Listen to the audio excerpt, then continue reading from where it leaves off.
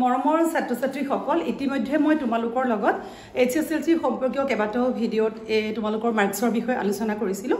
আৰু তোমালোকৰ লগত মই আজি আৰু এটা আমাৰ শেহতীয়াকৈ নটিফিকেশ্যন আহিছে তাৰ বিষয়ে আলোচনা কৰিম তোমালোকে মন দি চাবা ভিডিঅ'টো প্ৰথমৰ পৰা শেষলৈকে তোমালোকক মই ইতিমধ্যে কৈছিলোঁ যে আমাৰ 2024 চনলৈকে যিটো মেট্ৰিক পৰীক্ষা হৈ আছিল সেই পৰীক্ষাত আমাৰ মাৰ্কছৰ পেটাৰ্নটো বেলেগ আছিল কিন্তু 25ত আমাৰ যেটো এইচএছএলসি পৰীক্ষা ইতিমধ্যে হৈ গল তাৰ পেটাৰ্নটো বেলেগ আছিল যাৰ কাৰণে নজনাৰ কাৰণে বহু ছাত্ৰ-ছাত্ৰী পৰীক্ষাত ৰিজাল্ট বেয়া কৰিছিল যদি এবাৰ নজনাকে বহুত ছাত্ৰ-ছাত্ৰী আছে সেই কাৰণে মই তোমালোকক আগতেকে জনাই দিছো যে তোমালোকে পঢ়িবা হয় কিন্তু কিমান মাৰ্কছ পালে আমি পাস কৰিম আৰু কি হলে আমি পাস নকৰিম এই কথাটো তোমালোকে জানাটো বহুতেই দৰকাৰী সেই কাৰণে তোমালোকৰ লগত মই এতিয়া আলোচনা কৰিম যে আমাৰ যিকিটা মেইন সাবজেক্ট আছে ধৰিলো আমাৰ ইংলিশ আছে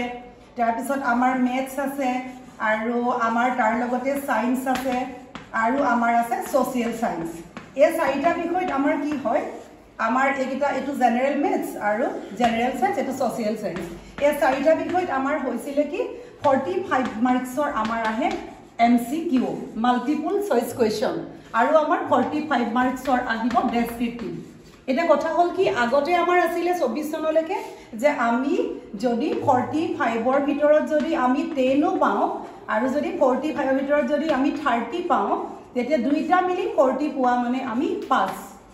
কিন্তু বৰ্তমান আমাৰ যেটো 2025 বৰ্ষৰ পৰীক্ষা হৈ গল সেই পৰীক্ষাৰ মতে আমাৰ 2025ত আমাৰ বহুত ছাত্ৰ-ছাত্ৰীয়ে বেয়া কৰা কাৰণটো হৈছে তেওঁলোকে নাজানিলে কিন্তু এবাৰ আমাৰ 2026 ৰ পৰীক্ষাৰ কাৰণে মই তোমালোকক জনাই দিছো যে তোমালোকে 45 ৰ ভিতৰত 13 পাব লাগিবই ইয়াত কোনো ধৰণৰ কনসিডাৰ নাই আকৌ 45 ৰ ভিতৰত তোমালোকে 13 পাবই লাগিব এটো বেলেগ বেলেগে পাব লাগিব আৰু ইয়াত তোমালোকৰ কোৱেশ্চন পেপাৰৰ সেট বিলাকো A B C D তোমালোকৰ যেতিয়া বেঞ্চ বিলাকত বহিব এটা দুটা এখন বেঞ্চত দুজনকে বহিব এনেকে দুজনকে বহিব তেতিয়ানো পেপাৰটো ভগাব এনেকে UK A B C D A B গৰিয়া তোমালোকে কাকো খুধিবলে বা মিলিবলে তোমালোকৰ নহব একেখিনিয়ে থাকিব কোৱেশ্চন তোমালোকৰ 45 টা কোৱেশ্চন কিন্তু এৰ 1 নম্বৰ কোৱেশ্চনটো তেৰ 20 নম্বৰত তেৰ 20 নম্বৰটো তেৰ 30 নম্বৰ তেৰ 30 নম্বৰ তেৰ 40 নম্বৰ এই ধৰণৰ থাকিব হেতু আমি জানিলো বাৰু তেতিয়া হলে আমি 45 ৰ ভিতৰত 13 প্লাস 13 পালো আৰু এসেসমেন্টৰ 10 মাৰ্কস থাকিব 10 মাৰ্কসত তোমালোকে জি পোৱা কিন্তু আমি পাব লাগিব 4 মই আশা কৰিছো নিশ্চয় স্কুলৰ পৰা যেটো মাৰ্কসটো দিয়ে তোমালোকক দিবই মানে হেতুই আৰু ইয়াৰ পিছত কথা হল কি আমি যদি এই চাৰিটা বিষয়ৰ কথা জানিলো তেতিয়া হলে আমি জানিব লাগিব যে বাকি বিষয়বিলাক কি হ'ব আমাৰ সবতকে সহজ হৈ আছে আসামিজ কাৰণ ইয়াত কোনো ধৰণৰ তেনেকুৱা ৰুল ৰেগুলেশন নাই 100ত আমি পাব লাগিব 30 অৰ্থাৎ 30% আৰু যদি আমি হিন্দী লৈ যাও তেতিয়া হলেও আমি পাব লাগিব 100ত 30 অৰ্থাৎ 30% কিন্তু যদি আমি হিষ্ট্ৰী লৈ যাও তেতিয়াও আমি পাব লাগিব 100ত 30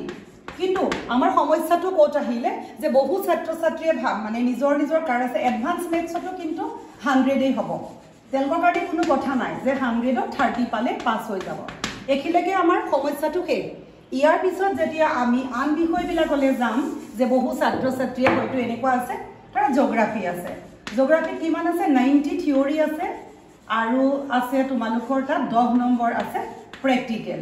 কিন্তু এনেকৈ কিটো ভাবিব নালাগে যে আমি 90 ভিতৰত 20 পাম আৰু প্ৰ্যাকটিক্যালত আমাক 10 দিবই হেতু কেতিয়াও নহয় গভৰ্নমেন্টে ৰুল কৰিছে যে আমি থিওৰিত পাব লাগিব প্ৰত্যেক থিওৰিত 30% গতিকে 90 30% হলে নট ইনিগুণ 27 আমি 27 পাব লাগিব আৰু ইয়াৰ 30% হৈছে 3 কিন্তু আমি জানো যে প্ৰ্যাকটিক্যালটো যেহেতু স্কুলৰ পৰা দিয়ে গতিকে ছাত্ৰ-ছাত্ৰীক দিবই গতিকে আমি 27 কিন্তু নাপালে ইয়াত যদি 25 পাও ইয়াত যদি আমি 10 পাও তেতিয়া হলে আমাৰ যদি 25 যোগ 10 35 হয় তেতিয়া হলেও আমি ফেল গম পাইছা গতিকে এটো হল তোমালোকৰ 90 মাৰ্কছৰ পৰীক্ষাৰ ক্ষেত্ৰত কলো কিন্তু যেতিয়া তোমালোকৰ কম্পিউটাৰ আহিলে বা কাৰবাৰ ডান্স আহি গল ডান্সত 50 থিওৰি আৰু 50 প্ৰ্যাকটিক্যাল এটো থিওৰি আৰু এটো প্ৰ্যাকটিক্যাল তেতিয়া পাব লাগিব কিমান 15 আৰু ইয়াতো 15 ইয়াত লাগে 50 পোৱা কবলগীয়া নাই ইয়াত কিন্তু 15 পাবই লাগিব এখন নতুনকৈ গভৰ্নমেন্টে ৰুল ৰেগুলেশন দি দিছে আগতে 12 পালেও হৈ গৈছিল 50 ভিতৰত কিন্তু এতিয়া নহব তোমালোকে বুজি লোৱা যে তোমালোকে 30% 50 30% ঠিক তেনেদৰে যদি আমাৰ আন এটা বিষয় আমাৰ ধৰা গাৰ্মেণ্ট ডিজাইনিং ধৰি লৈছোঁ আমাৰ যেনিবা GM আমাৰ 70% যেনিবা আমাৰ প্ৰেক্টিকেলে যেনিবা আছে তেতিয়া আমি কি পাব লাগিব 7 3 গুণ 21 কিন্তু পাবই লাগিব তোমালোকে মুঠতে প্ৰত্যেকটোত বুজি লোৱা যে নিয়মটো যদি আগত নাজানো তেতিয়াহ'লে নহ'ব ৰিটেল চিটেল যিমান যি ছাবজেক্ট নহওক তোমালোকে থিয়ৰী বুলি ক'লে মনত ৰাখি লোৱা বুজাই দিছোঁ আকৌ মোক মেছেজ কৰি সুধিব নালাগে পিছত যদি 50 থাকে 30% হ'লে 15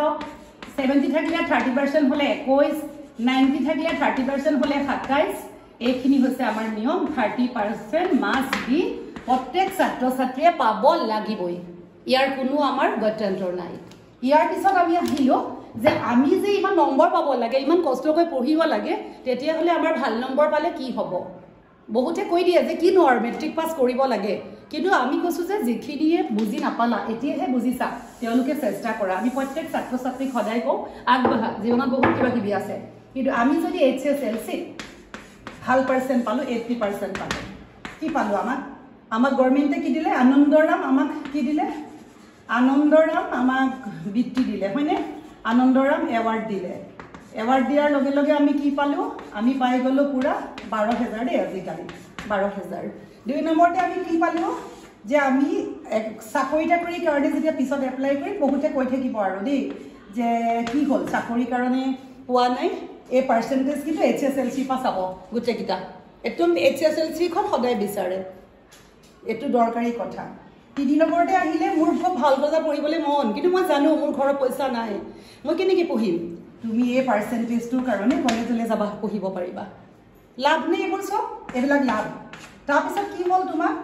অলপ দিনৰ পিছত আৰু কি হ'ব তুমি ইয়াত পঢ়াৰ লগে লগে ভাল লগ পালা ভাল চিন্তা হ'ল আৰু লগে লগে তুমি আগবাঢ়ি যাব ধৰিলা তাৰপিছত তোমালোকৰ এইখিনি লাভ হ'ল আৰু লোকচান কি হ'ল চোৱা লোকচান হ'ল তোমালোকৰ কি তোমালোকে বঁটা নাপালা এইখিনি তোমালোকৰ লোকচান দেই বঁটা নাপালা ভাল কলেজত পঢ়িবলৈ নাপালা ভাল লগ নাপালা